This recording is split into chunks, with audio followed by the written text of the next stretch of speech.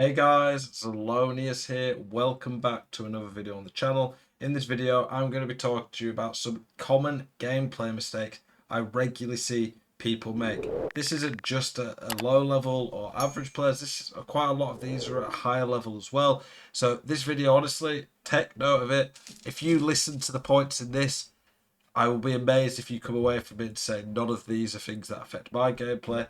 A lot of things in here, if you can take it on board and change your gameplay based on it, will make you a much better EAFC 25 player. So, buckle in, let's get into it. I've got a gameplay just over the back. This is some Elite Division co-op rivals. Me and Jambu played last night. And yeah, there's a new patch that's come out today on New Gen. It came out old Gen the day before. Those Travellas apparently still very good on it. For me, I haven't tested the patch yet. I've been at work today. I've just come over and recorded this video. I will be doing a video on the patch later on, probably in a couple of days, after I've had a few days to properly test it. Maybe after Weekend League, when I've had a full Weekend League. I don't know. Anyway, one of the first mistakes I see so many people make, and it's pretty hard on this game because of the way the press is passing.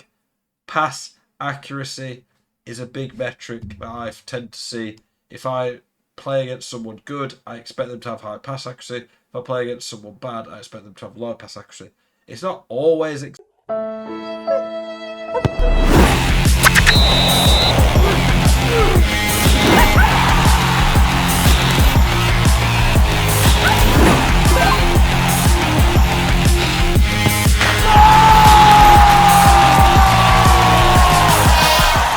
how it works. It's a case of that the maths behind it is if you have 95% pass accuracy, 1 in 20 passes that you're doing are going to the opposition. Not a lot really, is it? 90, 1 in 10, 80% pass accuracy, 1 in 5 of your passes are going back to the opposition. That is catastrophic. If 1 in 5 passes that you're doing are going straight back to the opposition, how are you ever going to score? It's not often 5 passes lead to a goal, so you really need to be careful about that. So many people, this is more of a lower down level one, but even when I know that I'm playing bad, I'm an Elite Division player, I've hit 15-0 already this year. When I'm playing bad, I know it's very... Are you sick to death of getting out teamed on FC24? Want that God squad you've always been dreaming of? Check out iggm.com today. The best and most reliable place to get coins for your ultimate team. Use the link in the description and code ZEL at checkout for a 5% discount. Check out iggm.com today. Quickly that my pass accuracy tends to drop. I start to force things, I start to give the ball away cheaply, I start to make it too easy for my opponent. Simply put, if you have the ball, you can score. If your opponent has the ball, likewise, they can score. If you don't have the ball, you can't score and your opponent can. So that is a really important one.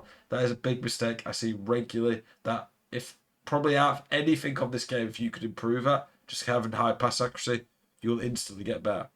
That is not me saying just pass around your centre backs and your pass accuracy number magically goes up and you'll be great. But it is definitely something that a lot of people need to get a lot better at. Number 2, diving in. This is a really bad error that so many people make. They just constantly pull midfielders out of position so people get past the midfield quick, and then their centre backs, they drag them out of position, the defenders, and when they get panic, they dive in, and when they do this, it leads to really easy goals that are very avoidable. Don't dive in. Don't make it easy for your opponent. So many people do this and just make it way too easy for people. Diving in is one of the biggest errors that I see casuals make regularly. And again, even at a high level, when people start to get frustrated, they start to dive in. Number 3, don't sprint constantly. Every year, this is a major fundamental thing. The things that I've said so far are all pretty much fundamentals, in my opinion, that if I'm coaching someone that I really try and drill into them, don't sprint. My rule when it comes to sprinting is simple. Sprint in possession when there's a space to run into, and a big space that is, and then in defence, don't sprint unless you have to catch someone up. Sprinting makes your passing, shooting, dribbling, turning, pretty much everything worse. Defensively, it makes you less likely to intercept, it makes it harder to jockey, makes it harder to tackle, makes it harder to block shots. Everything on this game, other than how fast your player moves, is worse when sprinting. So, with that in mind, you should think about doing it a lot less. It's a big thing, and on this year's game, it's probably one of the worst it's ever been for if you keep sprinting, players take heavy touches and can get caught out. Another one is being too predictable. There's a lot you could say about being too predictable, but one of the main things with this is in terms of playing really slow constantly or playing really fast, always going forward, never going backwards. It's something that people do a lot. Mix up your attacks, you'll suddenly be a lot harder to beat. Another couple of things, giving it away with your keeper. No one should ever give it away with the keeper, and no one should ever give it away on a throw-in. Throw-ins and keepers, you have time on the ball. You should never give it away if you concentrate. People do all the time, though. They rush it, they make silly mistakes. It ends up leading to big chances that people really shouldn't be given. Timing shots. Don't time shots that are really hard with bad animations unless you are really good at it. Timing shots is definitely something I would recommend on this game. I think timing finesses is pretty easy. It makes a big difference. I think the Trivellas aren't too hard to time.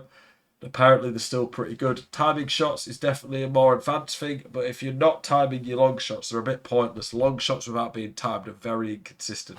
But with timing, especially with the good players, they're pretty consistent, so you should definitely start doing that. Mistake a lot of people have is not having a set piece routine, be on at corner or free kicks. Learn how to take set pieces. It's going to make a big difference, get you a lot of easier goals. Another one, people play a lot of passes facing the wrong way, including driven passes. Don't do that. Another mistake, we're just trying to reel off some quick ones now. When it comes to skill moves, don't spam them. Don't do them stupidly.